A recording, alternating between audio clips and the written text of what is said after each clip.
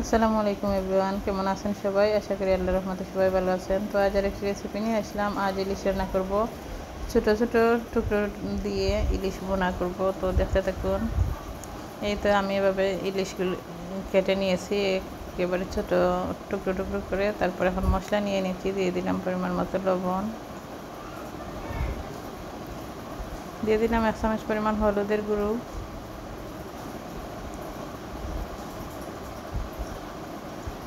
1 চামচ পরিমাণ ধনিয়া গুঁড়ো,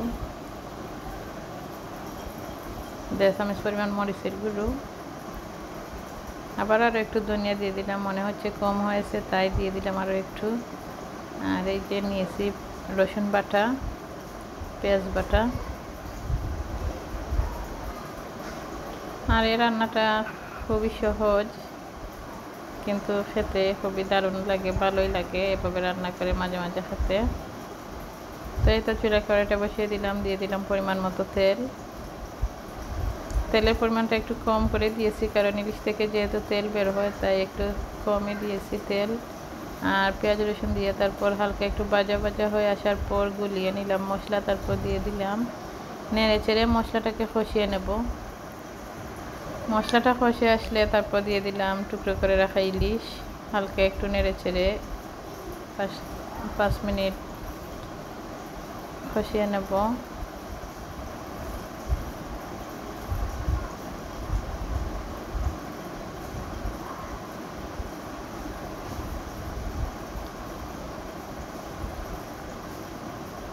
ঢাকনা দিয়ে জাল করার পর আমার ইলিশের এই অবস্থা। মনে হচ্ছে ভালো করে কষে আসছে, তাই দিয়ে দেব এখন পরিমাণ মতো জল দিয়ে ফুটে আসা পর্যন্ত অপেক্ষা করব, তারপর নামিয়ে নেব।